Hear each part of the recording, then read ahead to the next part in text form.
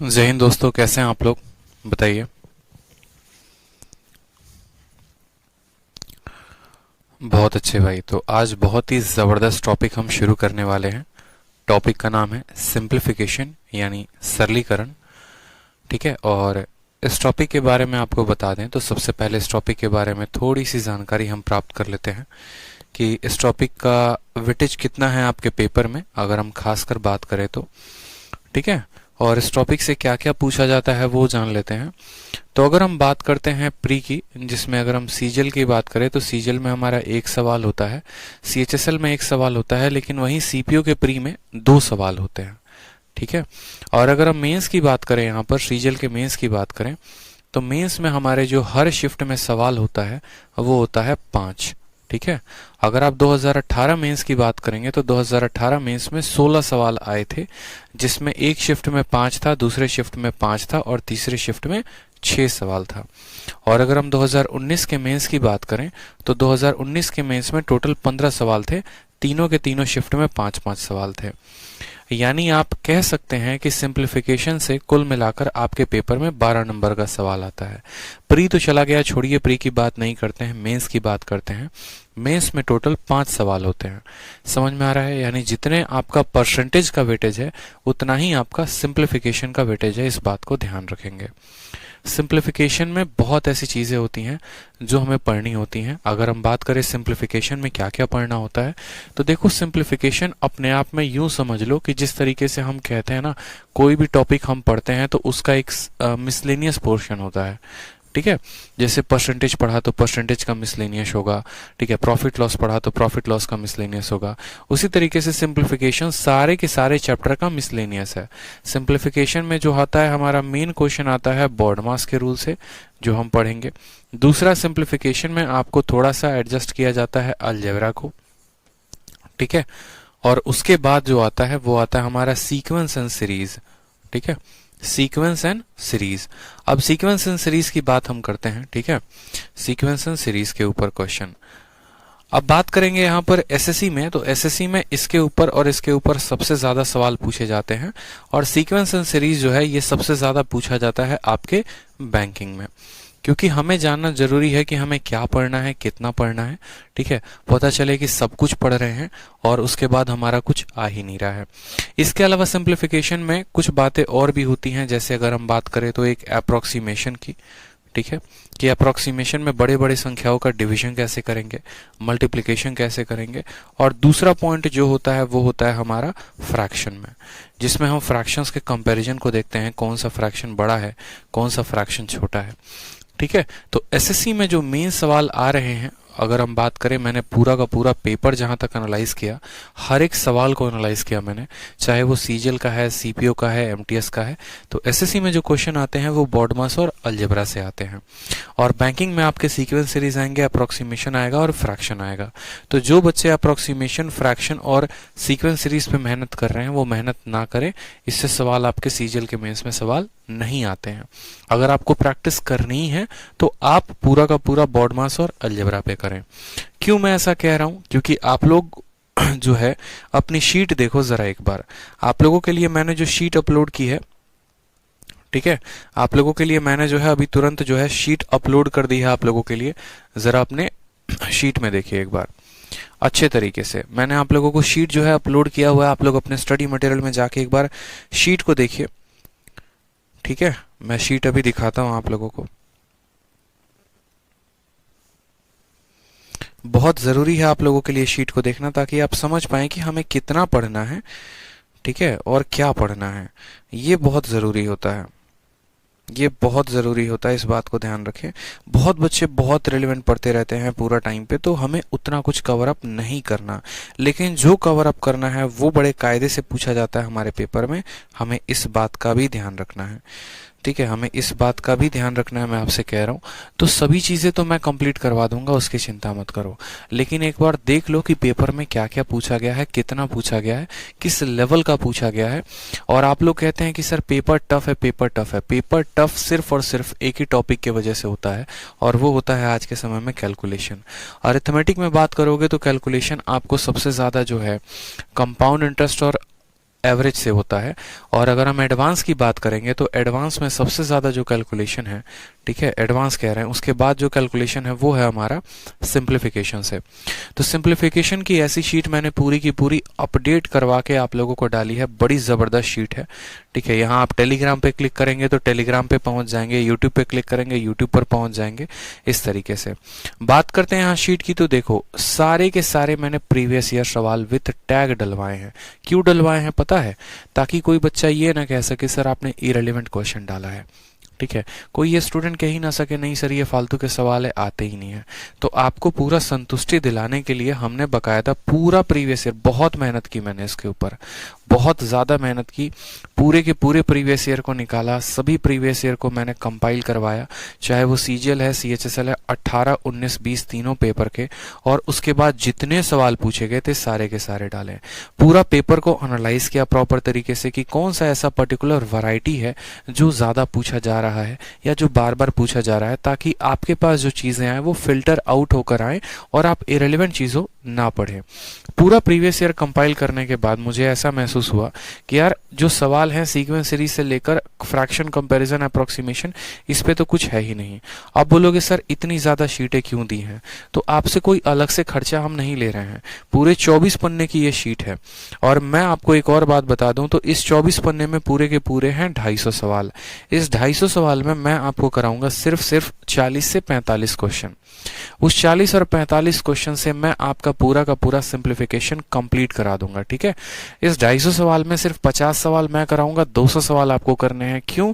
क्योंकि सारे के सारे सेम पैटर्न पर हैं। सिंप्लीफिकेशन एक ऐसा टॉपिक है जो कभी भी किसी स्टूडेंट को खुद सॉल्व करना चाहिए।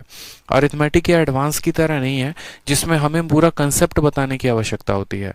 इन 50 सवालों के माध्यम से पूरे के पूरे 30-40 कैटेगरी जितनी भी बनती है वो मैं आपका पूरा करा दूंगा। और आपको इतने ज्यादा मैंने क्वेश्चन इसीलिए दिए हैं ताकि आप प्रैक्टिस कर सको, क्योंकि भाई 5 सवाल मेंस में बहुत मायने रखते हैं, ठीक है। और एक और बात मैं आपको बता दूं, जितने भी बच्चे हैं जो ये वीडियो देख रहे हैं मेरे भाई, आप लोग अपने मन में एक बात ठान लो, अगर आपने ये 250 सवाल की शीट को कम से कम 3 बार लगा दिया ना, मेरा दावा है कि 10 नंबर आप अपने आज ही पक्के कर ले रहे हो। इस बात का मैं आपको दवा देता हूं। अब बोलोगे सर 3 बार आप क्यों कह रहे हो? इसीलिए मैं कह रहा हूं क्योंकि पहली बार लगाओगे तो आपको किसी भी सवाल में लगाने में 1 या 1.5 मिनट लगेगा, दूसरी बार में आप उसको 1 मिनट में लेके आ जाओगे, और तीसरी बार आप उसको 1 मिनट से कम में लेके आ जाओगे। आप लोगों में गलती क्या होती है, सिंप्लीफिकेशन का क्वेश्चन है तो ठीक है हम बाद में करेंगे, हम बाद में देख लेंगे कैसे होगा। ऐसे नहीं होता मेरे भाई, ठीक है। या पेपर में कर लेंगे, या चलो ठीक है बनाना ही तो है, बोर्ड मास के नियम पर ही तो है, कर लेंगे। यार एक होती है प्रैक्टिस, एक होता है कि स्क्वायर बैठ के निकालना, और एक होता है कि स्क्वायर जुबान पे याद होना, दोनों में बहुत फर्क होता है, ठीक है। तो इसी तरीके से यहाँ पर पूरा का पूरा सिंप्लीफिकेशन आपको मैंने 250 का कंपाइलेशन दिया है। एक एक सवाल आपको 3-3 बार लगाना, इस बात को ध्यान दो, ठीक है। उसके जो 50 इंपॉर्टेंट या बढ़िया कैटेगरी के क्वेश्चन हो गए वो मैं करवाऊंगा। और सिंप्लीफिकेशन के बहुत ऐसे पार्ट हैं जो मैंने आप लोगों को ऑलरेडी अलजेब्रा में पढ़ा दिया है, ठीक है। तो एक बार हम रिवाइज कर लेते हैं, रिकैप कर लेते हैं कि भैया हमने क्या क्या अलजेब्रा में पढ़ा था। और सिंप्लीफिकेशन में कुछ फॉर्मूले का उपयोग होता है सबसे ज्यादा, उन फॉर्मूला को भी हम एक बार देख लेते हैं। चूंकि अलजेब्रा में हम लोगों ने ऑलरेडी इन फॉर्मूले को कवर कर लिया है, लेकिन छोटी छोटी बातें हैं, 2 सेकंड लगेगा, 2 मिनट लगेगा, हम इनसे गुजर जाएंगे, ठीक है। अंजलि कहती है सर ज्योमेट्री की तरह थ्योरी प्लस क्वेश्चन नहीं देंगे क्या? सिंप्लीफिकेशन में अंजलि कोई थ्योरी नहीं होता है। जो भी चीजें मैंने फॉर्मूला लेकर बाकी चीजें जो डाली हैं वो आपके मैंने पीपीटी में डाल दी हैं, ये क्लास नोट्स में आपको पूरा का पूरा मिल जाएगा, ठीक है। क्योंकि इसमें कोई थ्योरी का पोर्शन होता नहीं है, ये सभी चीजें हैं जो शीट में नहीं है लेकिन आपके क्लास नोट्स में है, और ये आपको यहाँ से फायदा मिल जाएगा। तो एक बार वापस से अपने सभी फॉर्मूले को हम रिवाइज कर लेते हैं। स्टार्ट करते हैं सबसे basic formula a plus B के होल स्क्वायर से। तो a प्लस बी का होल स्क्वायर आपको पता है कितना होता है, a माइनस बी का भी आपको पता है, a square minus B square a plus B a minus B, ठीक। उसके बाद हम जानते हैं रूट के कंसेप्ट को। रूट का कंसेप्ट क्या कहता है मेरे भाई? तो रूट का कंसेप्ट ये कहता है अगर पावर 4 है तो 2 होगा, पावर 6 है तो पावर 3 होगा, पावर 8 है तो 2 होगा। मतलब हमेशा रूट लगाने पे वैल्यू क्या हो जाती है, पावर आधी हो जाती है। उसी तरीके से अगर मानिए a का पावर n है तो रूट हटने के बाद a का पावर n/2 हो जाएगा, a का पावर m है तो रूट हटने के बाद a का पावर m/2 2 आ जाएगा। उसके बाद आपका जो सबसे इंपॉर्टेंट अलजेब्रा में भी मैंने बार बार कहा था आप लोगों को कि क्यूब का फॉर्मूला आप लोगों को ध्यान रखना है। तो a प्लस बी का whole cube, a minus B का होल क्यूब। इस क्लास नोट्स में जितने भी फॉर्मूला सिंप्लीफिकेशन में उपयोग होते हैं वो सभी मैंने डाला है ताकि आप रिवाइज कर सको। ठीक है, बिल्कुल। तो यहाँ पर मैंने कहा जैसे a प्लस बी का होल क्यूब, ये फॉर्मूला मैं आपको अभी प्रूफ नहीं बताऊंगा, प्रूफ बताने का समय है नहीं यहाँ पे बैठ के कि मैं प्रूफ बताऊं कि ये कहाँ से आया और कहाँ से नहीं आया। ठीक है, समझ रहे हो मेरी बात। ये सभी फॉर्मूला मैं आपको दिखा रहा हूँ कि देखो ये अलजेब्रा में मैंने कराया था और ये सभी सिंप्लीफिकेशन में आगे चल के इसका उपयोग होगा। उसी तरीके से अगर मानो यहाँ पर हम लिखते हैं root x upon root y, तो इसको हम इकट्ठा भी लिख सकते हैं रूट एक्स अपॉन वाई, या अगर इकट्ठा लिखा है तो अलग अलग भी लिख सकते हैं। जैसे मानो रूट 2 को रूट 3 के साथ गुना किया तो हमारा रूट 6 आएगा।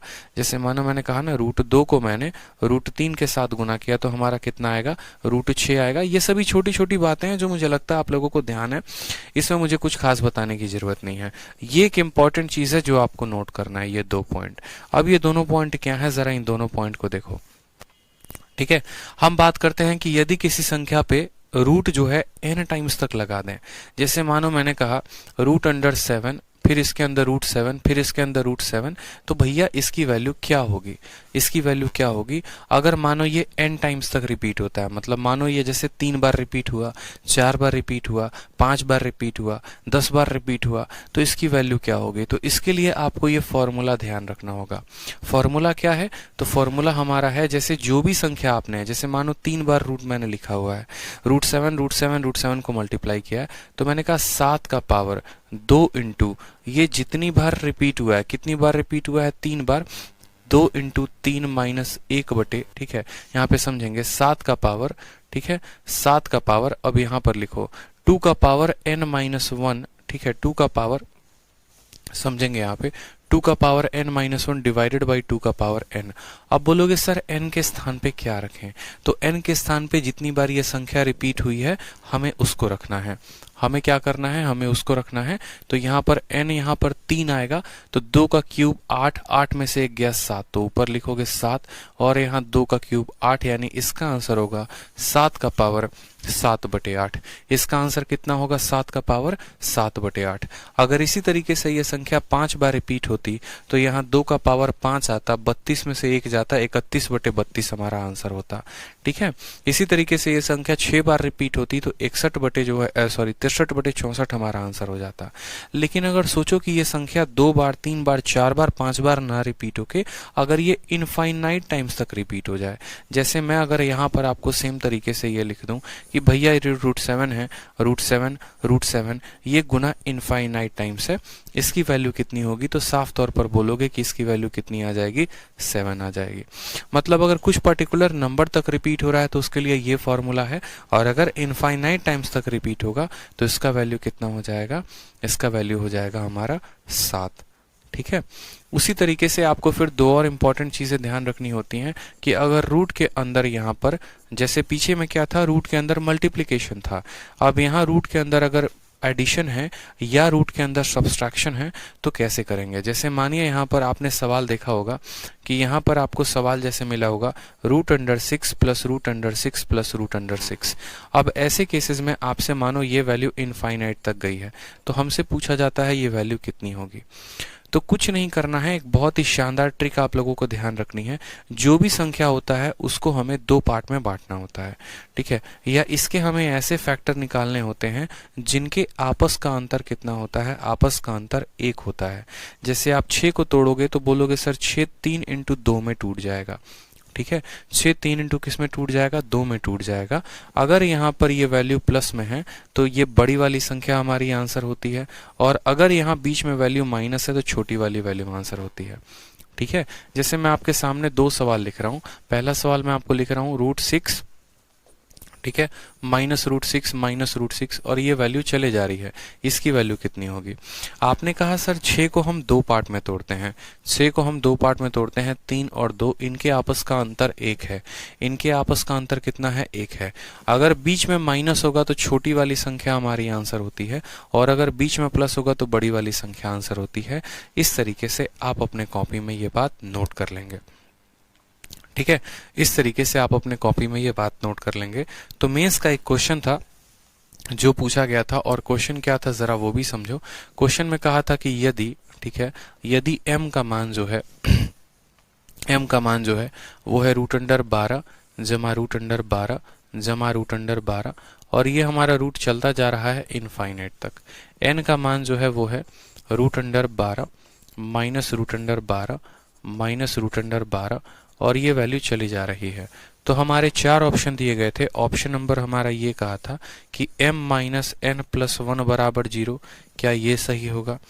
m minus n minus 1 minus बराबर 0, ठीक है।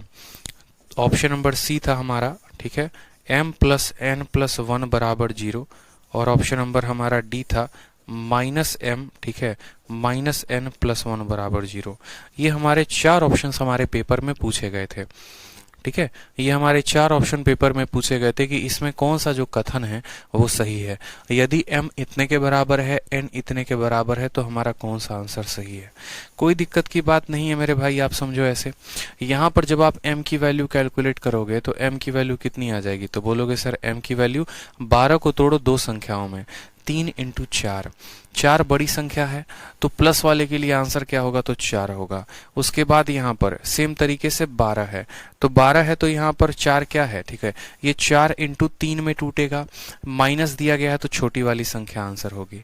अब जरा ऑप्शन में देखिए, यहाँ पे ऑप्शन में करेंगे तो यहाँ पर बोलेंगे सर पहला ऑप्शन में 4 में से 3 गया 1, और 1 प्लस 1 0 के बराबर होता है, नहीं होता, पहला आंसर नहीं होगा।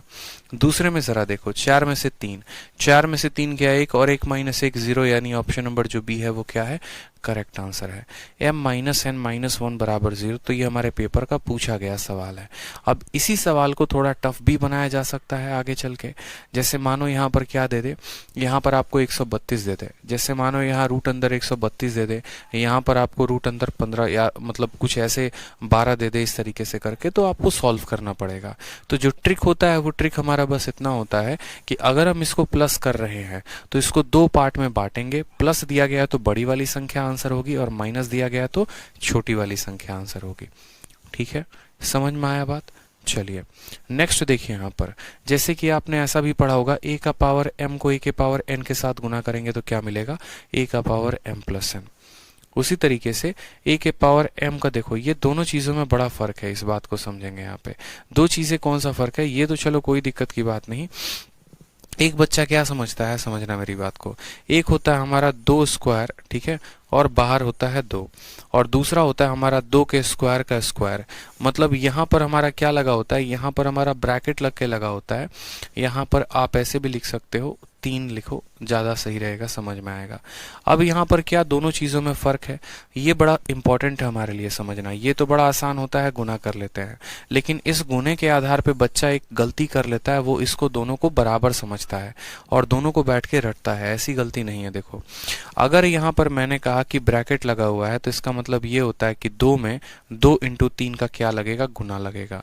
और यहाँ पर चूंकि ब्रैकेट नहीं लगा है तो इसका मतलब है 2 का पावर 2, और उस 2 का पावर हमारा 3 है। इसको जब आप सॉल्व करेंगे तो बोलेंगे सर ये 2 का पावर 6 है, और इसको जब आप सॉल्व करेंगे तो 2 का पावर 2 का क्यूब यानी 2 का पावर 8 है। क्या 2 का पावर 6 और 2 का पावर 8 समान है? नहीं समान है। मतलब शुरू में जो ये संख्याएं दी जाती हैं वो समान नहीं होती हैं। तो आपने यहाँ पर देखा कि एक ब्रैकेट के लगने की वजह से इसका मान 2 का पावर 6 हो गया, और ब्रैकेट के हटने की वजह से इसका मान 2 का पावर 8 हो गया। तो कभी भी आप ऐसी गलती नहीं करेंगे कि आपने कहा कि 3 का पावर 5 है, ब्रैकेट लगा दिया 7, और यहाँ पर 3 का पावर 5 का पावर 7, ये दोनों बराबर हैं। नहीं मेरे भाई, बराबर नहीं है। ध्यान रहेगा इस बात को। तो जो बच्चा ये प्रॉपर्टी पढ़ता है साथ के साथ उसको इस बात का भी ध्यान रखना है। उसी तरीके से अगर आप p के पावर m को p के पावर n के साथ डिवाइड करते हैं, ये पावर जब ऊपर जाता है तो क्या होता है, माइनस कर देता है। अगर आप पूरे का पावर n कर रहे हैं तो वो इंडिविजुअल का पावर n अपॉन इंडिविजुअल का पावर n हो जाएगा। इस बात को ध्यान रखें। इसके अलावा बचपन में भी आपने पढ़ा था, बचपन में क्या पढ़ा था, किसी भी संख्या का पावर 0 कितना होता है, तो 1 होता है। ठीक है, किसी भी संख्या का पावर अगर माइनस में होता है तो उसको हम रेसिप्रोकल में बदल देते हैं। किसी भी संख्या का पावर जैसे 1/2 है तो वो √2 हो जाएगा, 1/3 है तो 1√3 हो जाएगा। ठीक है, इस तरीके से क्यूब रूट हो जाएगा। ठीक है, ये सभी बातें हैं जो आपने ऑलमोस्ट पढ़ रखी हैं। मुझे नहीं लगता इसमें कुछ बताने की खास आवश्यकता है। जब मैं आपको क्लास नोट्स दूंगा तो आप लोग इसको देख लेंगे। एक बार मैंने सारे फॉर्मूला भी यहाँ पर लिख दिए हैं, सभी फॉर्मूला को देख लो। a प्लस बी का स्क्वायर, a माइनस बी का square, A square minus B square, a plus B का होल क्यूब। एक एक बात मैंने आप लोगों के लिए वापस से पूरी की पूरी क्लास नोट्स में मैंने अपडेट करवा दी है ताकि आपको फायदा हो। सिंप्लीफिकेशन में सबसे ज्यादा ये दो फॉर्मूले का इस्तेमाल होगा, इस बात को ध्यान रखना, a cube plus B cube और a cube minus B cube के ऊपर, ठीक है। और उसके बाद आता है जो सबसे खतरनाक होता है, अलजेब्रा। अलजेब्रा का ये फॉर्मूला हमारे लिए सबसे इंपॉर्टेंट है। अलजेब्रा में मैंने पढ़ाया था, और अलजेब्रा में कुल मिलाकर बातें जो मैंने कही थी वो ये कही थी कि इसके टोटल कुल मिला के 4 फॉर्मूले होते हैं। अब आपको ये काम करना है कि अलजेब्रा जो मैंने पढ़ाया है उसमें आपको देखना है अपने क्लास नोट्स में जो आपने कॉपी में बनाया है कि वो कौन कौन से ये 4 फॉर्मूले थे, वो कौन कौन से ये 4 फॉर्मूले थे। A cube plus B cube plus c cube minus 3abc, इसके टोटल हमारे 4 फॉर्मूले हैं। मैं आपको बिल्कुल भी नहीं बताने वाला कि वो 4 फॉर्मूले क्या हैं, आप लोग बहुत आसकती हो चुके हो, तो आपको देखना है बकायदा से अपनी शीट में, ठीक है। एक एक बात मैंने यहाँ समझा रखी है। अगर जिसका अलजेब्रा जितना बेहतर क्लियर है उसका सिंप्लीफिकेशन पे हाथ उतना तगड़ा बैठेगा और वो सवालों को कर पाएगा, ठीक। तो ये सभी बातें थी जो थोड़ा सा रिवीजन करवाना था। अब हम आ जाते हैं अपने मेन मुद्दे पे, और जो हमारा मेन मुद्दा है, जो हम सिंप्लीफिकेशन पढ़ेंगे वो पढ़ेंगे बॉडमास के नियम पे, वो पढ़ेंगे बॉडमास के नियम पे, इस बात को ध्यान रखो। अब बहुत बच्चे क्या होता है कि बॉडमास को क्या होता है, देखो मेन हम आ चुके हैं बॉडमास पे। अब बॉडमास की अगर हम बात करें मेरे भाई, तो ये बॉडमास एक स्टूडेंट ध्यान रखता है कि बॉडमास बॉडमास बॉडमास, लेकिन क्या होता है कि इस बॉडमास के पहले, इस बॉडमास के पहले एक और वर्ड होता है, उसको हम कहते हैं वी, उसको हम क्या कहते हैं, वी कहते हैं। और यहाँ पर हर शब्द के अपने अपने मायने हैं। जैसे अगर हम वी की बात करें तो वी का मतलब होता है विनक्यूलम, ठीक है। अगर हम बी की बात करें तो बी का मतलब होता है ब्रैकेट, ओ की बात करें तो ओ का मतलब होता है ऑफ, डी की बात करें डिवीजन, एम की बात करें मल्टीप्लिकेशन, ए की बात करें एडिशन, और एस की बात करें सब्सट्रैक्शन। अब बोलोगे सर ये बॉडमास इसी तरीके से क्यों लिखा गया है, इसका कोई और तरीका क्यों नहीं है लिखने का, हम ऐसे ही क्यों लिखते हैं। तो देखो क्या होता है, जब सिंप्लीफिकेशन में बहुत सारी चीजें दी गई होती है ना, ठीक है, तो उनको हल करने का कुछ ना कुछ तो नियम होगा। जैसे मानो मैंने कहा 2 को हमें 3 के साथ गुना करना है, उसको 4 के साथ भाग करना है, जोड़ना है 1, घटाना है 2। अब मैंने कहा ये चीजें हैं, इसको सॉल्व करो। तो आप बोलोगे सर यहाँ पर इसको अब कैसे सॉल्व करें। कोई स्टूडेंट पहले गुना कर देगा, फिर बाद में भाग करेगा, फिर 1 जोड़ेगा, फिर 2 घटाएगा, तो उसका उत्तर कुछ और आएगा। कोई स्टूडेंट क्या करेगा, पहले भाग करेगा, फिर गुना करेगा, फिर जोड़ेगा, खुद घटाएगा। तो भाई ऐसे अगर मानो हम करते रह जाएं तो हमारे 2 अलग अलग आंसर आएंगे। एग्जामिनर कंफ्यूज हो जाएगा कि कौन सा ऑप्शन दे कौन सा नहीं दे, ठीक है। तो उसने कहा कि चलो कोई बात नहीं, एक नियम तुम सीख लो, उस नियम के आधार पे तुम्हें हम जो भी सवाल देंगे उसको तुम्हें हल करना होगा, ठीक है। और वो नियम हमारा है बॉडमास, वो नियम हमारा है बॉडमास, ठीक है। वो नियम हमारा क्या है, बॉडमास है। अब बॉडमास में बात करें तो भैया वी क्या होता है, तो वी का मतलब होता है विनक्यूलम। अब बच्चा बोलेगा सर ये पहली बार वी सीख रहे हैं, तो अगर तुम्हें वी ऐसे भी नहीं ध्यान है ना, तो इस विनक्यूलम शब्द को आप बार शब्द से भी डिनोट कर सकते हैं। बार का मतलब क्या होता है, बार का मतलब होता है जैसे मानो यहीं पर अगर मैं बार लगा देता ना, ठीक है, यहीं पर मैं अगर बार लगा देता, ठीक है, तो यहीं पर मैं अगर बार लगा देता तो क्या होता कि हमारा एग्जामिनर ये कहता, देखो ये जो ऑर्डर लिखा गया ना, इस ऑर्डर में कहने का मतलब ये है कि अगर एक ही लाइन में सारी की सारी खिचड़ी पक रही है तो सबसे पहले तुम्हें बार वाले को सॉल्व करना है, फिर ब्रैकेट वाले को करना है, फिर ऑफ वाले को करना है, फिर डिवाइड, फिर मल्टीप्लाई, फिर ऐड, फिर सब्ट्रैक्ट। इस तरीके से तुम्हें सभी सवालों को हल करना है। यानी अगर मानो ये सवाल दिया गया है ना, तो इस सवाल में सबसे पहली प्रायोरिटी, प्राथमिकता जो हम देंगे वो ये देंगे कि हमें इनको हल करना होगा सबसे पहले। उसको करने के बाद हम देखेंगे क्या कहीं ब्रैकेट लगा है, नहीं लगा है तो छोड़ दो। ऑफ शब्द का इस्तेमाल है तो नहीं है, ऑफ का मतलब क्या होता है, गुना करना, और डिवाइड का कहीं इस्तेमाल है तो हाँ है। यानी इसको हल करने के बाद फिर हम डिवाइड करेंगे, फिर उसके बाद मल्टीप्लाई करेंगे, फिर ऐड करेंगे, फिर सब्ट्रैक्ट करेंगे। अब इसमें एक शब्द जो है आपका ब्रैकेट आता है, तो ब्रैकेट जो है ना, इस ब्रैकेट का भी बड़ा मजेदार गेम है। ब्रैकेट भी टोटल कुल मिला के 3 तरह के होते हैं। एक ये होता है छोटा ब्रैकेट, दूसरा होता है उसके बाद हमारा मझिलका ब्रैकेट, ठीक है, और तीसरा होता है बड़ा ब्रैकेट। यानी अगर हम बात करें सबसे पहले, ठीक है, अगर हम बात करें सबसे पहले, तो सबसे पहले अगर हम बात करें यहाँ पर, तो अगर जैसे मानो मैंने सवाल दिया है, मैंने सवाल आपको क्या दिया है कि 2 + 3 छोटे ब्रैकेट के अंदर है, ठीक है, +2 जो है ये हमारा आ गया मिडिल ब्रैकेट के अंदर, और मानो इंटू 3 आ गया बड़े ब्रैकेट के अंदर। अब आप सबसे पहले किसको सॉल्व करोगे? आप इधर से अंदर की तरफ बढ़ोगे या आप अंदर से बाहर की तरफ आओगे? तो इसके लिए भी हमारा जो मैथमेटिशियन जिन्होंने भी इसको डिस्क्राइब किया था, ठीक है, उन्होंने कहा कि एक काम करो, ब्रैकेट में तुम कंफ्यूज ना होगे, इसलिए सबसे पहले ये अंदर वाले ब्रैकेट को हल करो, यानी छोटे वाले को हल करो, फिर उसके बाद ये कर्व वाले को हल करो, और फिर तब सबसे लास्ट वाले को हल करना। ठीक है, तो सबसे पहले अगर हम सिंप्लीफिकेशन में प्रायिकता देते हैं, प्रायोरिटी देते हैं, तो किसको देते हैं? तो सबसे पहले प्रायोरिटी हम देते हैं विनक्यूलम यानी बार को, फिर ब्रैकेट। ब्रैकेट में किस तरह के? तो सबसे पहले ये, फिर उसके बाद फिर ऑफ, डिवीजन, मल्टीप्लिकेशन, डिवीजन, ठीक है, एडिशन और सब्सट्रैक्शन। तो ये होता है बेसिक बोर्ड मास की आत्मा, बोर्ड मास की जान। अब इसके ऊपर आप अपने शीट में देखेंगे तो काफी बेहतरीन सवाल मैंने पूरे के पूरे डाले हैं, 250 क्वेश्चन। ठीक है, इस 250 क्वेश्चन का चढ़ावा जिसने 3 बार चढ़ा लिया ना, मैं कहता हूँ आशीर्वाद लग जाएगा उसको भगवान का कि उसके पांचों के पांचों सवाल मेंस में जाके सही होने ही होने हैं। इस बात का ध्यान रखो, तय है, इस बात की गारंटी मेरी है। ठीक है, तो सवाल को जरा देखिए। अब बोलोगे सर पहला सवाल ये इतना टफ है, तो क्या करोगे भाई? सिंप्लीफिकेशन के सवाल टफ ही बनते हैं, इसमें ना आप कुछ कर सकते हैं ना मैं कुछ कर सकता हूं। अगर कोई कुछ कर सकता है तो इसमें हमारा एग्जामिनर जो है वो सवालों को या तो आसान दे सकता है, नहीं तो टफ दे सकता है। जितने तरह के या जितने टाइप के क्वेश्चन बनते हैं धीरे धीरे करके मैं सभी टाइप आपको बताऊंगा। ठीक है, लेकिन सिंप्लीफिकेशन में बार बार कह रहा हूं, असली प्रैक्टिस तब होगी जब आप अपनी कलम उठाएंगे। अब जैसे मानिए हमारे सामने इतना बड़ा सवाल दिया गया है, ठीक है, हमारे सामने इतना बड़ा सवाल दिया गया है, तो याद करिए जरा बोर्ड मास का नियम। बोर्ड मास का नियम क्या कहता है?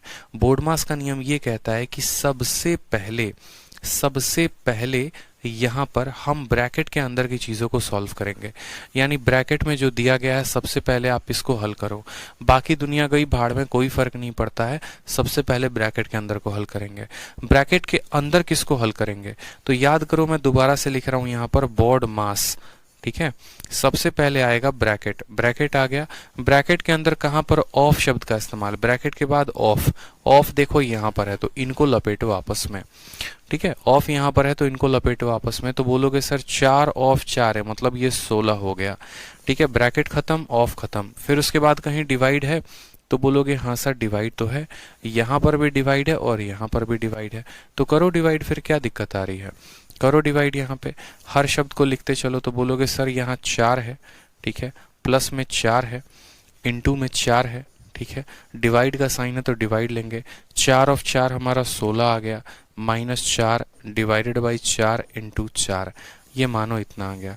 अब जरा देखो, जब भी डिवाइड की बात होती है तो अगर मानो मैं आपको लिखता हूं कि 2 को डिवाइड करना है मान लो 3 के साथ, तो आपको आज के बाद इतना ध्यान रखना होगा कि 2 इंटू 1/3, डिवाइड का साइन मल्टीप्लाई में बदल देंगे और 3 का उल्टा कर देंगे। जैसे मानो 2 को मुझे 1/5 के साथ डिवाइड करना था, तो डिवाइड जो है वो किस में बदल जाएगा? मल्टीप्लाई में, और 1/5 का उल्टा कितना होता है? 5/1 में। जब भी डिवाइड करना होगा हम इसी तरीके से करेंगे यहाँ पे। ठीक है, कि अगर डिवाइड है तो मल्टीप्लाई में बदल दिया और 3 का उल्टा 1/3 कर दिया। उसी तरीके से यहाँ पर मुझे क्या करना है? डिवाइड करना है। तो हमने 4 को 4 रखा, 4 को 4 रखा, ऐसा नहीं है कि यहाँ गुना कर देना, मत करना, 4 इंटू 4, डिवाइड का साइन है मल्टीप्लाई, 16 किस में बदल जाएगा? 1/16 में, माइनस है तो माइनस, डिवाइड है तो बदल जाएगा मल्टीप्लाई, 4 बदल जाएगा 1/4 में, और इंटू आपका आ जाएगा 4। ठीक है, 4 इंटू 4 16, और 16 आपस में खत्म कर देंगे, ये 4 यहीं पे रहेगा, प्लस हमारा आ गया, ये हो जाएगा। ठीक है, उसके बाद ये 4 इस 4 को खत्म कर देगा और आ जाएगा -4। अब यहाँ काटोगे तो इसकी वैल्यू कितनी आ गई? इसकी वैल्यू 1 आ गई। इस पूरे की वैल्यू कितनी आ गई? इस पूरे की वैल्यू 1 आ गई। यानी यहाँ से लेकर यहाँ तक की वैल्यू कितनी आई है? 1 आई है। लेकिन हमें भूल गए थे कि भाई सिर्फ ये पार्ट नहीं है, अभी तो एक और पार्ट बाकी है। ठीक है, अब ये पार्ट का वैल्यू कितना आया है? 1 आया है। तो अब इस पूरे पार्ट के साथ दूसरे वाले पार्ट का गुना लगाओ, यानी यहाँ पर। तो बोलोगे sir 2 into 3 divided by 2 of कितना है? तो ऑफ 3 इंटू 2, ठीक है, और डिवाइड बाई, अब ये डिवाइड के बाद ये पूरा पार्ट था और इस पूरे पार्ट का मान कितना आया था? 1 आया था। तो यहाँ पर कितना रखेंगे? 1 रख देंगे। ठीक है, समझ में आ गया। अब आपके सामने देखो ऑफ भी है, डिवाइड भी है, मल्टीप्लाई भी है। सबसे पहले किसको हल करते हैं, तो ऑफ को करते हैं, फिर उसके बाद डिवाइड को करते हैं। तो आपने कहा सर 2 × 3 डिवाइडेड बाई 2।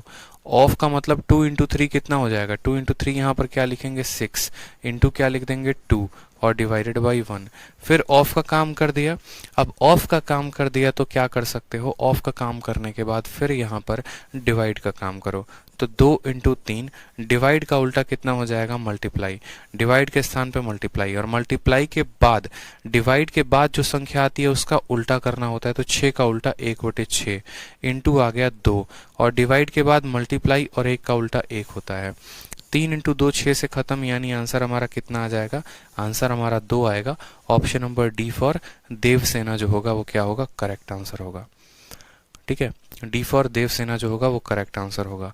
अब देखो एक स्टूडेंट जो बेचारा तैयारी कर रहा है, एक बालक जो बेचारा अभी अभी नया नया तैयारी में आया है, वो बेचारा तो ऐसे ही करेगा, इसमें तो कोई उसकी गलती नहीं है। लेकिन मैं आपको तरीका बताता हूँ कि आपको परीक्षा हॉल में ये सवाल कैसे करना होता है। ठीक है, ऐसे आप करोगे ना तो एकदम इसको बोलते हैं बउआ मेथड, एकदम बउआ तरीके से करोगे। लेकिन अगर आप एकदम प्रो लेवल पे करते हो, आप एग्जाम में यही सवाल को एकदम प्रोफेशनल्स की तरह करते हो। प्रोफेशनल कौन होते हैं, जिन्होंने अपनी काफी पकड़ बना ली होती है परीक्षाओं में, जिनका तय होता है कि इनका तो 200 में 200 आना है, चाहे कोई कितना भी ताकत क्यों ना लगा ले। 200 प्लस तो उनका स्कोर मेंस में जाना है। वो कैसे करता है वो समझो सवाल को। ठीक है, अगर मेरे सामने, मैं आपके सामने अगर एग्जामिनेशन हॉल में बैठा होता तो मैं इस सवाल को कैसे करता। मेरे सामने ये सवाल स्क्रीन पे दिया हुआ था। ठीक है, तो बहुत बच्चे क्या करते हैं कि बोर्ड मास के सवाल को पहले स्क्रीन से देखकर उसको उतारते हैं कॉपी में। ठीक है, और फिर उतारने के दौरान कुछ ना कुछ उनका डेटा छूट जाता है, और छूट जाता है तो उनका उत्तर गलत आता है, फिर वो परेशान होते हैं। भाई बहुत ऐसी चीजें हैं ना जो ऑन वहीं पर कर लिया करो। ठीक है, जैसे आपको पता है कि मुझे इसको भी हल करना है, मुझे इसको भी हल करना है, ठीक है, और दोनों को हल करना है, दोनों में सबसे पहले प्राथमिकता मुझे ऑफ को देनी है। तो मैंने कहा यहीं पर इनका काम तमाम कर लो। ठीक है, 2 × 3 कितना हो जाएगा, तो 2 × 3 आपका 6 हो जाएगा। ठीक है, 2 × 3 कितना हो जाएगा, 6 हो जाएगा। अब 3 को आपको 1/6 के साथ गुना करना है, तो ये वाला 6 इस वाले 6 को पूरा का पूरा खत्म कर देगा। समझते चलो। मैंने दोबारा से क्या कहा, मेरे स्पीड के साथ अपने स्पीड को मैच करो। मैंने कहा देखो मेरे भाई 2 × 3 कितना होता है, तो 6 होता है। और यहाँ पर अगर मैं यहाँ पर 6 को यहाँ लेके आ जाऊं, ठीक है, डिवाइड है तो मल्टीप्लाई में, तो ये इसको पूरा का पूरा काट देगा, यानी मुझे पता चल गया इस पूरे का मान कितना है, तो 1 है।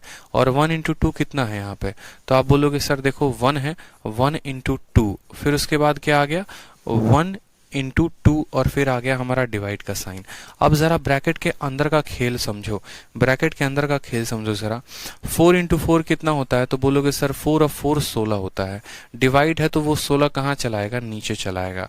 इस 16 से ही 16 पूरा खत्म हो जाएगा। समझ में आ गया मेरा बात। 4 को जब 4 के साथ भाग लगाओगे तो 1 आएगा, और वो 1 × 4, वो 1 × 4 कितना कर देगा भाई तुम्हारा, तो 1 × 4 4। यहाँ +4 है और यहाँ -4 है, ये लोग आपस में खत्म हो जाएंगे।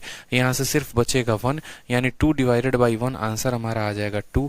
बात खत्म। कुछ ही सेकंडों में ऑप्शन नंबर डी को हम क्या कर देंगे, टिक कर देंगे। तो बहुत ऐसी चीजें होती हैं, और ये चीज कब आएगी, ये चीज आपके अपने माइंड की वजह से आएगी। आप बैठ के परीक्षा में प्रैक्टिस करोगे तो बिल्कुल नहीं होगा, घर पे बैठ के प्रैक्टिस करोगे तो होगा। ठीक है, ऐसे बहुत सारे सवाल हैं और शीट में ऐसे लबालब सवाल भरे हुए हैं, आपको प्रैक्टिस पे प्रैक्टिस प्रैक्टिस पे प्रैक्टिस करते जाना है। अब जैसे मानो दूसरा सवाल मैंने उठाया, दूसरा सवाल पूछा गया सीजल के प्री में, लेकिन इस सवाल में देखो तो कितना दम है, बढ़िया सवाल है, पूरा ब्रैकेट रैकेट लगा रखा है, कोई दिक्कत की बात नहीं। लेकिन मैंने आपको क्या कहा कि बहुत ऐसी चीजें हैं जो आपको वहीं पर सॉल्व कर लेनी है। जैसे मानो मुझे पता है कि मुझे एक बार तो ये ब्रैकेट सॉल्व करना है, मुझे दूसरा ये ब्रैकेट सॉल्व करना है।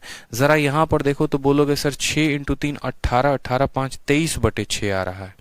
तो यहाँ पर कहा सर आपने 23/6 आ गया।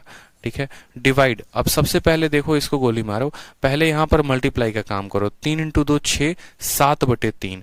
देखो यहाँ पे कितना आएगा, तो 7/3 आएगा। ये 7 इस 7 को खा जाएगा, खत्म कर देगा, तो 2/3 आएगा। ठीक है, और 2/3 का मल्टीप्लाई लगाओगे तो वो कितना बना देगा, वो बना देगा आपका 3/2। 6 × 3 18 5 23/6 कितना हो जाएगा, 23/6 हो जाएगा। 3 से काटो 2 बार में, 23/4 कितना आ गया मेरे भाई 23/4। 8 इंटू 2 16, 16 और 7 कितना हो गया, तो बोलोगे सर 23/8 हो गया यहाँ पर। ठीक है, फिर उसके बाद डिवाइड का साइन है, डिवाइड के बाद हमारा 23/4 है, 23/4 का उल्टा कर लो और गुना लगा दो, तो बोलोगे सर 4/23 आ गया। मैं शुरू से वहीं से हल करते चल रहा हूँ। अब आ जाता है इस ब्रैकेट के अंदर, इस ब्रैकेट के अंदर जब बात आती है तो देखो फिर किसका काम करना है, ऑफ का। 7 इंटू 2 14, 14 6 20/7। ठीक है, और इस 20/7 का गुना लगाना है किसके साथ, तो 5 चौके 20 और 1 21/5 के साथ। फिर यहाँ डिवाइड है तो डिवाइड को पलटी मार दो, डिवाइड को पलटी मारोगे मल्टीप्लाई बदल जाएगा, 2/3 3/2 में हो जाएगा। मेरी बात समझे आप यहाँ पे। अब आपने देखा यहाँ पे 10 से 0 खत्म, 7 से खत्म 3 बार में, तो ये आ जाएगा हमारा कितना 21 इंटू 9। तो यहाँ पर लिखेंगे सर 21, ठीक है, इंटू 9। यहाँ पे कोई समस्या, 21 इंटू 9 नहीं आएगा, माफ करेंगे, यहाँ पे 2 इंटू 9 आएगा। कितना आएगा, 2 इंटू 9 आ जाएगा। और फिर बाहर में मल्टीप्लाई है 5/9, तो इसको 5/9 के साथ करो। सारा खेल खत्म, 23 से आपका 23 खत्म, 8 से आपका 8 खत्म, 9 से आपका 9 खत्म। आंसर बचेगा वो बचेगा 5। Option number D is the correct answer. ठीक है, डी फॉर देवसेना। तो ये चीजें आपकी प्रैक्टिस जितनी अच्छी रहेगी ना, आप उतना तगड़ा खेलोगे, उतना जल्दी कैलकुलेशन करोगे। इसमें कोई भी टीचर आपको कुछ अलग चीज नहीं सिखा सकता है। क्या सिखाएगा बेचारा कोई टीचर, यही तो बताएगा ना ज्यादा से ज्यादा कि आपको बोर्ड मास का नियम लगाना है। लेकिन जो कैलकुलेशन की स्पीड आपकी बनेगी वो तो आपके अपने लेवल से बनेगी, वो आपके अपने अंडरस्टैंडिंग की वजह से बनेगी कि एक मुझे यहाँ हल करना है, एक मुझे वहां हल करना है, और उस तरीके से मुझे सभी सवालों को मिलाकर आंसर देना है। कुछ नए टाइप जो होंगे वो मैं आपको बता सकता हूँ। जैसे मानिए क्वेश्चन नंबर 4 हो गया, आप अपनी शीट में क्वेश्चन नंबर 4 को देखिए। इस क्वेश्चन का सिंप्लीफाइड वैल्यू कहा गया है। ये पूछा गया है सीजल 9 जून 2019 में। सवाल है इतना खतरनाक कि दिमाग के होश उड़ा दे। ठीक है, लेकिन इसमें हम लगाएंगे स्मार्ट अप्रोच, और स्मार्ट अप्रोच के माध्यम से हम सीखेंगे। जैसे मानिए मेरे साथ चलिएगा, आराम से देखिएगा। मैंने कहा यहाँ पर ये कितना है, तो 1.0025 है। ठीक है, और मुझे 6.25 को 10 के पावर -6 के साथ गुना करना है। अब यहाँ पर समझते चलेंगे। जैसे मानो मैंने कहा यहाँ पे कि मानो मैंने 6.1 को 10 के साथ गुना किया, तो ये वैल्यू हमारी 61 हो गई। मैंने 6.1 को 10 के पावर -1 के साथ गुना किया, तो 10 के पावर -1 के साथ का मतलब क्या हो गया, मैंने 6.1 को मैंने 10 के साथ भाग कर दिया। ठीक है, अब बहुत बच्चे भाग करने के लिए क्या करते हैं, इसको उड़ाते हैं, फिर 100 लाते हैं, फिर वो लिखते हैं 61/100, फिर वो 61 को 100 के साथ भाग करके 0.61 लिखते हैं। आपको यहां से यहां तक पहुंचने के लिए देखो आपने कितनी मशक्कत की है। इतना नहीं करना होता, इतना नहीं करना होता। मेरे कहने का मतलब है, आप ऐसे समझो, इसके पास दशमलव है तो इसके नीचे एक जीरो होगा, इसके पास पावर -1 है तो एक और जीरो होगा, यानी मुझे 61 को 100 के साथ भाग करना है तो वो ऑटोमेटिक 0.61 देगा। ये मैंने अपने माइंड में सोच लिया। जैसे मैं अगर आपको यहाँ बताऊं तो मैंने कहा यहाँ पर इसको 625 मान लो। कितना मान लो, 625। ठीक है, इसका दशमलव हटेगा तो नीचे 2 जीरो जाएगा, और यहाँ पर नीचे 6 जीरो है, यानी कुल मिलाकर नीचे 8 जीरो। मुझे 10 के पावर 8 के साथ भाग करना है, यानी दशमलव के बाद कुल मिलाकर 8 अंक होने चाहिए। ठीक है, जैसे मैंने यहाँ पर लिखा ना 0 दशमलव, तो दशमलव के बाद मेरे 8 अंक होने चाहिए। क्यों, 6 इसके वजह से आएंगे, 2 इसके वजह से। 8 में 3 अंक तो हमारे ये रहे, बाकी 5 क्या होंगे, तो बाकी 5 हमारे 0 होंगे। तो 1 2 3 4 5, और उसके बाद आ जाएगा 6 2 5। तो जब हम इनको जोड़ेंगे तो वैल्यू कितनी आएगी, 1.00250। ठीक है, 0625, ये हमारी वैल्यू आ गई पूरी की पूरी। और इस वैल्यू को मुझे किसके साथ भाग करना है, तो इसके साथ। इन दोनों को जोड़ो तो दशमलव के बाद 95 है, तो यहाँ पर आपका दशमलव के बाद 95 आ जाएगा। तो पॉइंट देखो यहाँ पे 0.9525। अब आपकी वैल्यू कन्वर्ट हो गई इसमें, आपकी वैल्यू कन्वर्ट हो गई इसमें। इसी का आंसर यहाँ पर दिया गया है। अब बहुत बच्चे जो हैं यहाँ पर बोलेंगे कि सर हम मल्टीप्लाई करें तो कैसे करें, डिवाइड करें तो कैसे करें, क्योंकि यहाँ पर देखोगे सवालों में तो यहाँ पर आपका सभी का यहाँ पर 111 भी दे रखा है और सभी का यूनिट डिजिट भी सेम दे रखा है।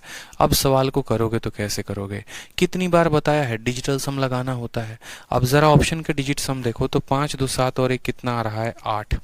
5 10 12, 12 और 1 13, 13 को जोड़ोगे तो 4, 5 और 1 आ गया 6, 5 10 11 को आपस में जोड़ोगे 2। इन सभी के डिजिट का सम कितना है? अलग अलग है। किसी का 8 है, किसी का 4 है, किसी का 6 है, किसी का 2 है। आपके ऑप्शंस के डिजिट सम अलग अलग हैं। आप अपने सवाल का डिजिट सम निकालो और सवाल का डिजिट सम निकालने के बाद मैच कर दो। तो बोलोगे बढ़िया बात बताए सर। तो 5, ठीक है, यहाँ पर देखते चलो डिजिट सम कैसे निकालेंगे। तो डिजिट सम का मतलब सभी को जोड़ना होता है। 1 2 3, 3 और 5 8, 8 6 14, 14 6, ठीक है। देखो 5 2 7 1 8, 8 6 14, 14 2 16, 16 5 21, ठीक है। 16 5 नीचे का डिजिट सम देख लो, 5 5 10 2 12। अभी ये 3 से काट के और तब डिजिट सम देखो, नीचे डिनोमिनेटर का डिजिट सम देखो तो बोलोगे सर 5 5 10 2 12, 12 का मतलब आ गया 3। जब भी मेरे भाई नीचे 3 बने, 6 बने या 9 बने तो ऊपर और नीचे हमें 3 से भाग कर देना होता है। हमारे इस सवाल में नीचे कितना बन रहा है? 3 बन रहा है। 9 को डिजिट सम में नहीं लेते हैं तो 5 2 10 और 2 12, 12 का मतलब 3। नीचे 3 बन रहा है तो ऊपर और नीचे 3 से काट दो बस, और कुछ मत करो, दशमलव दशमलव कुछ मत देखो, बस ऊपर नीचे 3 से काट दो। ऊपर काटोगे तो बोलोगे सर 3 से काटने पे 3 3 के 9 आया, ठीक है। फिर 10 3 3 के 9, 3 चौके 12, 3 एकम 3, 20 3 छक 18, 3 8 24, 3 7 21, 3 5 15। और नीचे भाग करेंगे तो 3 3 एकम 3, 22 आ गया, 3 7 21, 3 5 15, ठीक है। अब जरा देखो यहाँ पे नीचे का डिजिट सम देखो तो 7 5 12 1 13, 13 और 3 16, 16 को आपस में जोड़ेंगे तो आएगा 7। मतलब अब हम डिजिटल सम लगा सकते हैं और दुनिया की कोई ताकत हमें डिजिटल सम लगाने से नहीं रोक सकती।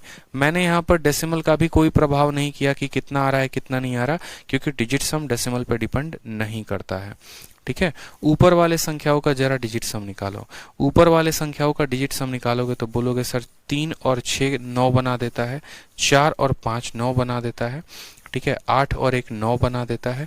ऊपर 7 जमा 3, 7 जमा 3 का मतलब कितना हो गया? हो गया 1 आपका, ठीक है। नीचे आपका बना देगा 5 3 8 और 1 9 आपस में खत्म, नीचे आ जाएगा 7। और जब भी नीचे 7 आता है तो आपको पता है कितने से गुना करना होता है? जब भी नीचे 7 आता है तो ऊपर और नीचे 4 से गुना करना होता है, ताकि ऊपर हमारा कितना बन जाए? 4 बन जाए, और 7 चौके 28, नीचे 1 बन जाए। 4 आया तो कौन सा आंसर सही है?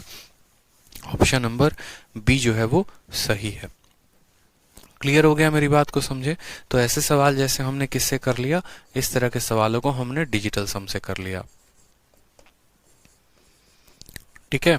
या तो आपके पास जो है बैठ के पूरा फुर्सत में इसको डिवाइड करो, ठीक है, और नहीं तो यहां आने के बाद डिजिटल सम का प्रयोग करो, सवाल सेकंडों में बन जाएंगे। क्लियर है मेरे भाई? चलो आगे बढ़ते हैं। उसके बाद देखो क्वेश्चन नंबर 9। क्वेश्चन नंबर 9 बहुत अच्छे। क्वेश्चन नंबर 9 देखो, एक आसान सा क्वेश्चन मैंने आपके लिए दिया। सीजल 10 जून 2019 का प्यारा सा बहुआ क्वेश्चन है। सवाल में हमसे कहा है, क्या कहा है देखो, 4.5। अब जैसे मैंने कहा ना कि ये चीजें दी गई हैं तो एक बच्चा क्या करता है, तुरंत यहाँ पर बैठ के सारा पहले एक लाइन में सारा सवाल लिखता है। वो ये नहीं कर सकता कि यार यहाँ पर हम वहीं से सवाल को सॉल्व करें। जैसे मुझे पता है कि मेरे पास ऐसा इतना बड़ा इक्वेशन दिया गया है। अब इस इक्वेशन में जरा आप गौर फरमाओ तो यहाँ पर सबसे पहले हम प्रायोरिटी ब्रैकेट को देते हैं, तो ब्रैकेट वाले को यहीं पे कर लो ना। आप जो है 0 को 0 के साथ खत्म कर दो, 0 0 खत्म। 8 से काटोगे तो 4 बार में जाएगा। अरे 32 को 8 के साथ भाग करो 4, 4 इंटू 5 करोगे तो कितना आएगा? 4 इंटू 5 करोगे तो 20 आएगा। मतलब इतना हमें समझ में आ गया कि 4.5 माइनस जो ब्रैकेट वाला है वो है 20 जमा। अब यहाँ पर क्या करना है? 6 से भाग करना है। 6 से भाग करना है तो यहाँ पर क्या होगा? गुना 1/6, और वो 6 यहाँ चलाएगा। ये 12 है और नीचे 6 है तो ये 2 बार में काटेगा, तो प्लस हम करेंगे 2 बार में, ठीक है। 4.5 और 2 होता है 6.5। 20 में से 6.5 घटाओगे तो आएगा -13.5। ऑप्शन नंबर ए जो है वो करेक्ट आंसर है, ए फॉर एप्पल, ठीक है। इस तरीके से हम कर सकते हैं सवालों को भाई मेरे। तेजी तेजी में सवालों को करते रहेंगे तो मजा आते रहेगा, ठीक है। और सवाल हमारे जल्दी जल्दी बनते रहेंगे। शीट में सभी इसी टाइप के क्वेश्चन है, ठीक है। अब जैसे मानो एक क्वेश्चन मैंने आपको दिया है, यहाँ ब्रैकेट के ऊपर ये सवाल मैंने डाला है कि एक ब्रैकेट ये है, एक ब्रैकेट ये है, तो सबसे पहले अंदर वाले ब्रैकेट को हल करेंगे, फिर उसके बाद जो रिजल्ट आएगा उसके कारण बाहर वाले ब्रैकेट को हल करेंगे। मैं बार बार कह रहा हूँ, जितने स्टूडेंट ने इस शीट का चढ़ावा 3 बार चढ़ा लिया ना, एग्जाम में उसको बढ़िया नंबर लाने से कोई नहीं रोक सकता है। इस बात का ध्यान दो। बहुत बढ़िया जो है शीट आप लोगों को दी है, बस उसको बढ़िया से 3 बार लगा लेंगे। 5 × 3 15, 16/15। देखो 5 3 15 और एक 16/5।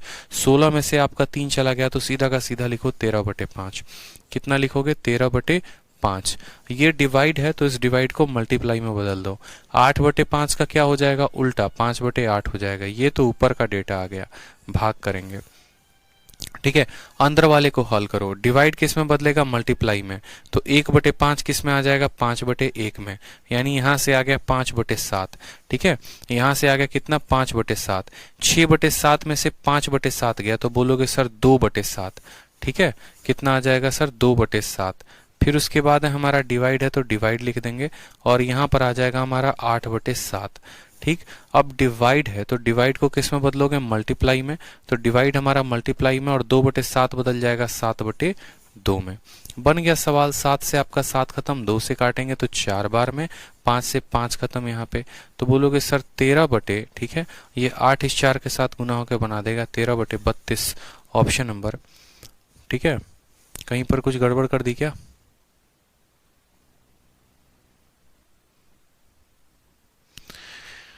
5 3 15, 16/5 में से 3 गया 13/5 इंटू 5/8, यहाँ पर आ गया 8/7, ठीक है। और 5/7, 6 में से 5 गया 1/7। 1 मिनट यहाँ पे देखेंगे, ये आ जाएगा आपका 5/7। 6/7 में से 5/7 जाएगा तो 1/7, यानी यहाँ पर हम बात करेंगे 1/7 का उल्टा 7/1, ठीक है। 8/7 इंटू 7/1, 7 से हमारा 7 खत्म, 7 से हमारा 7 खत्म, तो उत्तर हमारा 13/64 आएगा। ऑप्शन नंबर ए, आओ कभी हवेली पे, इज द करेक्ट आंसर हो जाएगा, ठीक है। छोटी छोटी बातों का ध्यान रखना है, सवाल को यहीं से हल कर लेना है। दोबारा से बता रहा हूं मैंने कैसे किया है। 5 × 3 15, 16/5। 16/5 में से 3/5 चला गया तो हमारा आ गया सीधा 13/5। यहाँ पर भाग था तो भाग बदला है गुना में। 8/5 का उल्टा कर दिया तो वो 5/8 हो गया सीधा का सीधा, ठीक है। 7 एकम 7 एक, 8/7 को 8/7 लिखा है। अंदर की सभी चीजों को मैंने एक साथ हल कर लिया। डिवाइड था तो मल्टीप्लाई 5/7। 6/7 में से 5/7 गया तो 1/7। फिर यहाँ डिवाइड है तो 1/7, 7/1 में मल्टीप्लाई हो जाएगा तो 7/1 में। इतनी चीजें आपको माइंड में करते रहनी है। ये सब सवाल देखो CHSL में पूछे जा रहे हैं, लेकिन मेंस के लिए बहुत इंपॉर्टेंट है। अब आ जाओ कुछ ऐसे सवालों पे। क्वेश्चन नंबर 12 दे जरा देखो। ऐसे सवाल, आपको ऐसे सवाल जो है, ये सवाल के लिए मैं आपको जबरदस्त ट्रिक बता सकता हूँ, ठीक है। और आपको ये ट्रिक जो है वो नोट करना अपने कॉपी में। ट्रिक नहीं है, एक्चुअल में कंसेप्ट है, ठीक है। अब ऐसे सवाल में क्या होता है कि जब भी ऐसा सवाल दिया गया होता है तो कोई स्टूडेंट उसको फॉर्मूला में कन्वर्ट करने की कोशिश करता है कि यार ये अलजेब्रा के फॉर्मूला पर आधारित होगा, ठीक है। फिर बहुत ऐसे स्टूडेंट होते हैं जो इसको डिजिटल सम से बनाते हैं, लेकिन जब देखते हैं कि सारे 4 और ऑप्शंस के जो है वो डिजिटल सम सेम है तो भैया कैसे बनाए, ठीक है। तो आप यहाँ ना डिजिटल सम लगा सकते हो, ना ही आप इसको फॉर्मूले पे एस्टैब्लिश कर सकते हो। लेकिन हाँ, एक बात जरूर ध्यान रख सकते हो, जरा देखो, ये अगर मानो इस संख्या को आप a मानते हो, ठीक है, तो ये a इंटू a कितना हो गया? तो बोलोगे सर ऊपर हमारा बन रहा है a³, ठीक है। फिर उसके बाद आ गया हमारा प्लस, और इस संख्या को अगर मानो आप b मानते हो तो आप क्या बोलोगे? b इंटू b कितना हो गया मेरे भाई? तो बोलोगे सर a³ जमा b³ हो गया, ठीक है। नीचे अगर देखोगे तो इसी संख्या से मिलता जुलता संख्या यहाँ पर है, बस दशमलव का अंतर है। 5.75 है और यहाँ 57.5 है, ठीक है। ये भी हमारा a इंटू देखो यहाँ पे, और नीचे क्या बनेगा? जैसे अगर मैं बात करूं, इसी संख्या का यहाँ पर प्रोडक्ट दे रखा है, ठीक है। तो 57.5 57.5, अगर मान लो एक पल के लिए अगर ये 5.75 ही होता तो नीचे a² plus b² minus ab। तो जरा एक बार हम अपने फॉर्मूला को ध्यान रखते हैं, ठीक है। फॉर्मूला को ध्यान रखते हैं, समझेंगे मेरी बात को। हमें फॉर्मूला हमारा क्या कहता है? हमारा फॉर्मूला ये कहता है कि a³ प्लस b³, ठीक है, a cube plus B cube बराबर होता है a plus b into a square plus b square minus a b के, a square plus b square minus a b के, ये हमारा फॉर्मूला होता है। ठीक है, अब इसी फॉर्मूला पे आपका एग्जामिनर आपको क्वेश्चन सेट करके देता है। अगर जैसे मानो उसने सवाल आपको ऐसे दे दिया कि 2 इंटू 2 ठीक है, जमा 3 इंटू 3 और भाग कराएगा आपको 2 इंटू 2 जमा 3 इंटू 3 ठीक है, माइनस 2 इंटू 3, और ये आपसे पूछेगा ये वैल्यू कितनी है बताओ, तो आप बोलोगे सर देखो यहाँ पर ये ए क्यूब है और ये प्लस बी क्यूब है। अगर मानो यहाँ पर हम यहाँ पर 2 को ए मानते हैं तो ये फॉर्मूला बोलोगे ये हमारा हो जाएगा ए क्यूब, फिर ये हमारा हो जाएगा प्लस बी क्यूब, ठीक है, डिवाइडेड बाई कितना हो जाएगा, तो डिवाइडेड बाई ए का स्क्वायर प्लस बी का स्क्वायर और माइनस ए बी। ठीक है, जो आप a cube plus B cube को ये a square plus b square minus a b के साथ भाग करोगे तो कितना बचेगा, यहाँ पे ए माइनस बी बचेगा। तो जब आप यहाँ पर या इस फॉर्मूले को अगर तोड़ना चाहो तो ऊपर वाले को भी तोड़ सकते हो। A cube plus B cube को तोड़ो जरा, तो a cube plus B cube को तोड़ोगे तो बोलोगे a plus b into a square plus b square minus a b, और नीचे कितना है तो बोलोगे सर नीचे a square plus b square minus a b है। ये हमारा पूरा का पूरा टर्म इसको काट देगा तो क्या बचेगा, ए प्लस बी बचेगा। ए का मान 2 माना था, बी का मान 3 माना था, तो 2 जमा 3 हमारा 5 आंसर आ जाएगा। ठीक है, लेकिन हम इसको सेकेंडों में कैसे करते हैं, तो हम इसको ऐसे समझते कि देखो भाई ऊपर a cube plus B cube बना है और नीचे a square b square minus a b है, ये उसको काट देगा, ए प्लस बी बनेगा 5। लेकिन आपका एग्जामिनर जानता है कि आप यहाँ पर थोड़ी होशियार हो। ठीक है, आपने यहाँ पर चालाकी कर दी, आपने यहाँ पर मल्टीप्लाई और डिवाइड करके नहीं किया, आपने इसको फॉर्मूला में तोड़ दिया। तो उसने क्या किया, अगली बार उसने यही सवाल दिया आपको, लेकिन उसने भी थोड़ी सी चालाकी कर दी, और उसने सवाल में चालाकी क्या कर दी पता है, उसने सवाल में यहाँ पर आपको इसको कह दिया कि नीचे वाली वैल्यू को देखो, नीचे वाले वैल्यू को उसने कैसे बदला। आपको समझना पड़ेगा, आपको यहाँ पर एक्सपेरिमेंट करना पड़ेगा, तो ही आप सवाल बना पाओगे। उसने नीचे वाले वैल्यू को ऐसा कर दिया कि आप जो है, ठीक है, थोड़ा सा बच के रहो। उसने 2 को कह दिया 0.2 है ये, इस 2 को उसने कह दिया 0.2 है, ए स्क्वायर बना दिया, इसको इसने बी स्क्वायर बना दिया, यहाँ पे देखते चलो। ठीक है, यहाँ पर बी स्क्वायर बना दिया और माइनस 0.2 इंटू 0.3 कर दिया। मतलब उसने ऊपर वाले की ओरिजिनल वैल्यू यहाँ नहीं दी है, ऊपर वाले की ओरिजिनल वैल्यू नहीं दी है, उसको 10 से भाग करके दिया है। उसको क्या किया मेरे भाई, ऊपर 10 से भाग कर दिया है। आपको भी कुछ नहीं करना, फॉर्मूला में सेट ही नहीं करना है। आपने कहा कि देख यार, इस संख्या में अगर हम बात करें तो इस संख्या को हम क्या लिख सकते हैं, तो इस संख्या को 0.2 को क्या लिख सकते हैं, तो बोलोगे 0.2 को यहाँ पर सर इसको 2/10 लिखा जा सकता है। ठीक है, उसी तरीके से इसको क्या लिखा जा सकता है, तो इसको भी 2/10 लिखा जा सकता है। समझ में आया। 0.3 इंटू 0.3 को क्या लिखा जा सकता है, तो 0.3 इंटू 0.3 को 3/10 इंटू कितना लिखा जा सकता है, 3/10।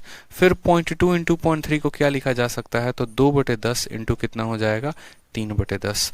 अब अगर बात करोगे तो 1/100, 1/100 और 1/100 हमारा क्या हो गया, तो 1/100 1/100 1/100 हम हर किसी से निकाल सकते हैं।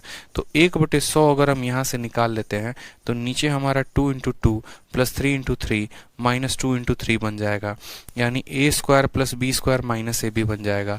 और फिर वो बन जाएगा तो फिर वो उसको ऊपर को काटेगा तो ऊपर ए प्लस बी बचेगा, यानी ऊपर हमारा आएगा 5 और नीचे आ जाएगा 100। तो यही सवाल का आंसर 0.05 होगा। लेकिन मेरा मानना ये है कि आप यहाँ से सीधा का सीधा इस कंक्लूजन पे कैसे पहुंच सकते हैं, आप सीधा का सीधा यहाँ पे इस कंक्लूजन में कैसे पहुंच सकते हैं। तो मैं आपको सीधा का सीधा ट्रिक बताता हूँ। देखो, आप एक पल के लिए डेसिमल को भूल जाओ कि यहाँ 0.2 था, 0.3 था। आप बस समझो ये 2 था और 3 था। जब 2 होता और 3 होता तो आप इसको सॉल्व करते तो कितना आंसर आता, आपका आंसर 5 आता। आपके एग्जामिनर ने क्या किया, यहाँ पे आपके एग्जामिनर ने 2 टर्म है, देखो प्लस के साथ कितने लोग जुड़े हैं, 2 लोग जुड़े हैं। ठीक है, इस संख्या को भी 10 से भाग किया है, इस संख्या को भी 10 से भाग किया है, यानी हम कहें तो दोनों के दोनों संख्याएं 100 से भाग हुई हैं। तो लास्ट में आपका आंसर भी कितने से भाग हो जाएगा, 100 से भाग हो जाएगा। समझे मेरी बात को, समझे या नहीं समझे। जैसे मानिए अगर आपका अगला क्वेश्चन कुछ ऐसा होता और आपका अगला क्वेश्चन में कहता 2 into 2 into 2 plus 3 into 3 into 3 और डिवाइड में उसने ऐसा कह दिया होता 0.02 इंटू 0.02 प्लस 0.03 इंटू 0.03, ठीक है, माइनस 0.02 इंटू 0.03। अब मान लो उसने ऐसा कह दिया होता, मैं आपसे क्या कहना चाहता हूँ, मैं आपसे यही तो कहना चाहता हूँ कि देखो ऊपर 2 है और 3 है, यहाँ भी 2 है और 3 है, हमें पता है a cube plus B cube divided by a square plus b square minus a b क्या देता है, ए प्लस बी देता है, यानी ऊपर a प्लस बी यानी 2 जमा 3 कितना आएगा, 5 आएगा। लेकिन वो तब आएगा ना जब नीचे 2 2 2 रहेगा। तो आप बोलोगे हाँ सर, लेकिन क्या नीचे 2 2 है? नहीं, इस 2 को 100 के साथ भाग किया है और इस 2 को भी 100 के साथ भाग किया है, और यहाँ प्लस के साथ कितने टर्म जुड़े हैं, 2 टर्म है, 2 टर्म है, 2 टर्म है, हर जगह 2 ही 2 टर्म है। तो हम बोलेंगे देखो एक टर्म को 100 के साथ भाग किया तो इसको भी 100 के साथ करो, और दूसरे को 100 के साथ भाग किया तो इसको भी 100 के साथ करो, यानी तुम्हारा आंसर 5 था। और यहाँ 2 जीरो इसके वजह से, 2 जीरो इसके वजह से, यानी आंसर आएगा 0.0005। This is the correct answer. ना ज्यादा माथा लगाया ना ज्यादा दिमाग लगाया, हमारा करेक्ट आंसर आ जाएगा इतना। समझ में आ गया कि नहीं आ गया बताओ? एक मिनट, हम लोगों ने गलती कर दी है, 1 मिनट माफ करेंगे यहाँ पे। ये जो 1/100 है ना, 1 मिनट, छोटा सा गलती हो गया, 1 मिनट रुक जाओ यहाँ पे। छोटा सा गलती हो गया, छोटा सा गलती क्या हो गया वो देखो। जैसे मानो यहाँ पर 2 इंटू 2 इंटू 2 था, ठीक है, मैं थोड़ा उल्टा बता गया, यहाँ पे समझना मेरी बात को। छोटा सा गलती क्या हो गया, ये 2 इंटू 2 आप इसको सेम तरीके से लिखो, प्लस 3 इंटू 3 भी आप इसको लिखो यहाँ पे, माइनस 2 इंटू 3 लिखो। ये नीचे 100 है ना, तो वो ऊपर चला जाएगा, माफ करना, ये ऊपर चला जाएगा। ये वैल्यू आपका यहाँ पर 1/100 आपने कॉमन लिया है ना, तो ये 1/100 का 100 ऊपर चला जाएगा। यानी अगर आपका इसके वजह से आंसर 5 आ रहा था तो उसमें 100 का गुना लग जाएगा, यानी आपका आंसर 500 आ जाएगा।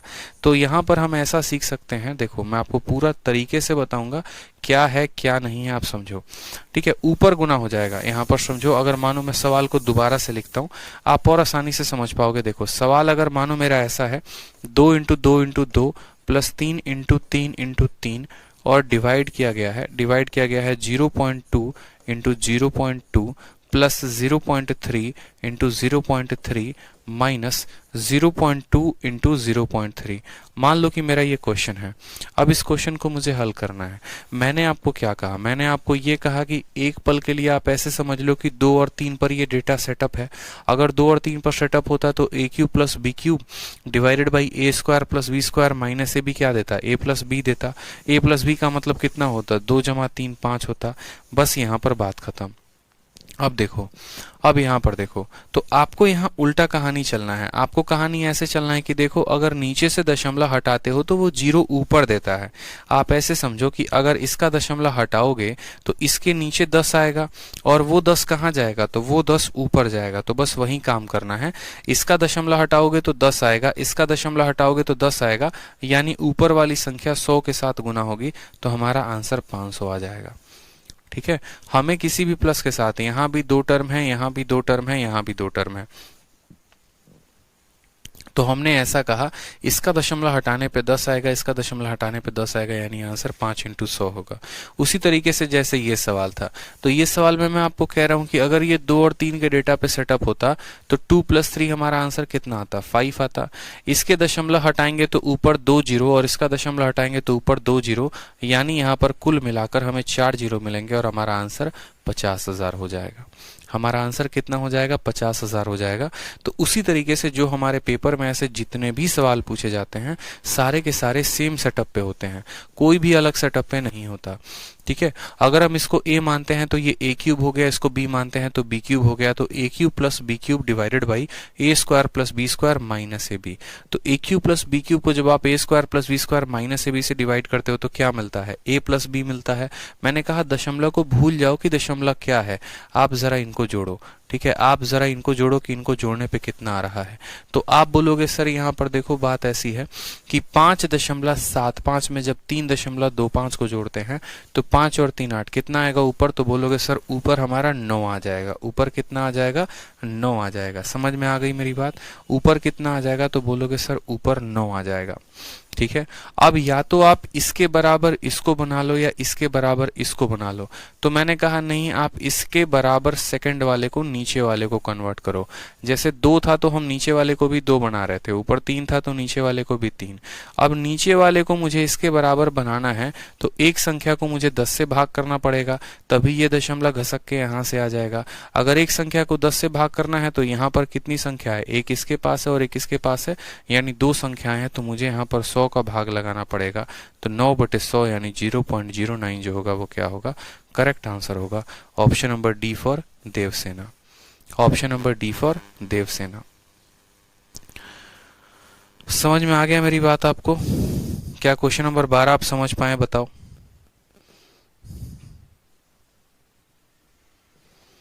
ठीक है, हमें क्या कहना है, हमें मेरा कहने का मतलब है यहाँ पर कि अगर यहाँ 2 है तो नीचे वाले को भी हम उसी तरीके से बनाते थे।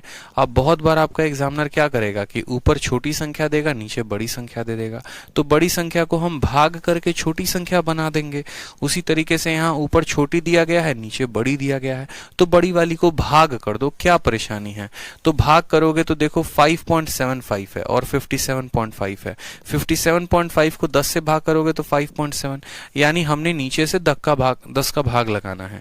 एक संख्या में 10 का भाग, तो यहाँ पर इसमें जो है 2 संख्याएं हैं तो 100 का भाग लगाएंगे तो 9/100 हमारा आंसर कितना होगा, 0.09 होगा।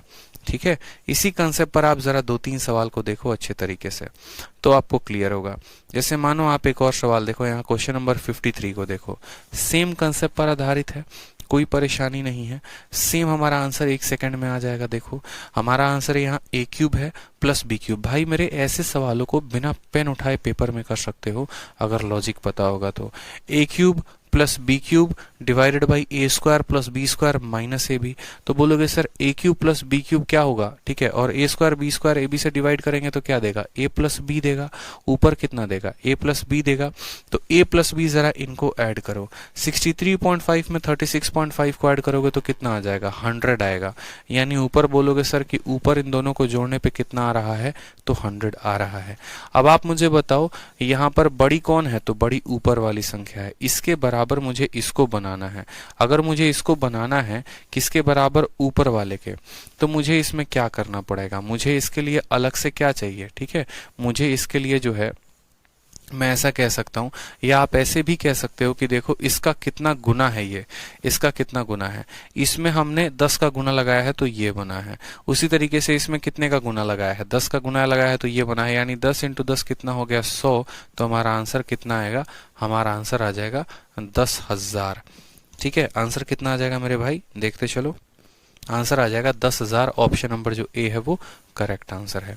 आपको कंपेयर करना होता है और कुछ नहीं। जैसे मैंने इन दोनों को जोड़ दिया, जोड़ने के बाद मेरा 100 आ गया।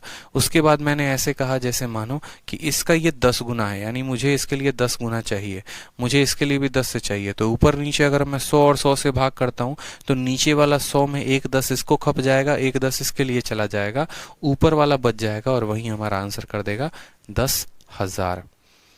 ठीक है, आपको कुछ नहीं करना, बस आपको ये देखना है कि यार नीचे वाले को कितने से गुना करे कि ये मिल जाए। इसको 10 के साथ गुना करेंगे तो 63.5, इसको 10 के साथ गुना करेंगे तो ये एक 10 इसके लिए, एक 10 इसके लिए, ये दोनों के लिए एक एक 10, यानी 100 से हमें अपने आंसर को गुना करना पड़ेगा। जैसे पीछे वाले सवाल में आप देखो एक बार, तो पीछे वाले सवाल में आपको क्या करना था, आपको इसको 10 से भाग करना था तो ये मिला, और 10 से भाग करना था तो ये मिला। तो एक 10 से भाग इसके लिए लगाएंगे, एक 10 से भाग इसके लिए लगाएंगे, यानी 100 से भाग लगाएंगे तो 100 से आंसर आएगा। या तो गुना करना पड़ सकता है, नहीं तो भाग करेंगे तो भाग लगाएंगे, गुना करेंगे तो गुना लगाएंगे। इस बात को हमें ध्यान रखना होगा। एक और क्वेश्चन जरा देखो, आपके सेम तरीके से पेपर में पूछा गया है। ठीक है, एक और क्वेश्चन मैं आप लोग कराता हूं सेम तरीके से। क्वेश्चन नंबर 56 सीपीओ में पूछा गया है, जरा देखो एक बार। ठीक है, सेम बोला गया है। अब यहां पर देखो तो बोलोगे a³ plus b³ divided by a² plus b² minus ab। किस में टूटेगा, तो a प्लस b में। 675 में 325 को जोड़ोगे तो कितना आएगा, 1000 आ जाएगा। ठीक है, अब देखोगे तो इसका 10 गुना यहाँ पर ये है और इसी का 10 गुना यहाँ पर ये है। एक 10 इसके लिए, एक 10 इसके लिए, तो यानी कितना गुना, तो 100 गुना। तो यहाँ पर 3 जीरो ऑलरेडी है, 2 और जीरो आ गया तो कितना आ जाएगा, 5 जीरो आ जाएगा। Option number D for Devsena जो होगा वो क्या होगा, करेक्ट आंसर होगा। ये सवाल सिर्फ यहाँ प्री में नहीं, ये सवाल आपके मेंस में भी आए, इस बात को ध्यान रखिए, ठीक है। और मेंस में भी आए हैं तो भी आपका लॉजिक जो रहना चाहिए वो सेम ही रहना चाहिए, लॉजिक में कोई बदलाव नहीं होगा किसी भी सूरत हाल में। लॉजिक में बदलाव करेंगे तो लपेटे में आ जाएंगे, इस बात को ध्यान रखिए, लपेटे में नहीं आना है, ठीक है, लपेटे में जो है वो नहीं आना है। चलो आ जाओ।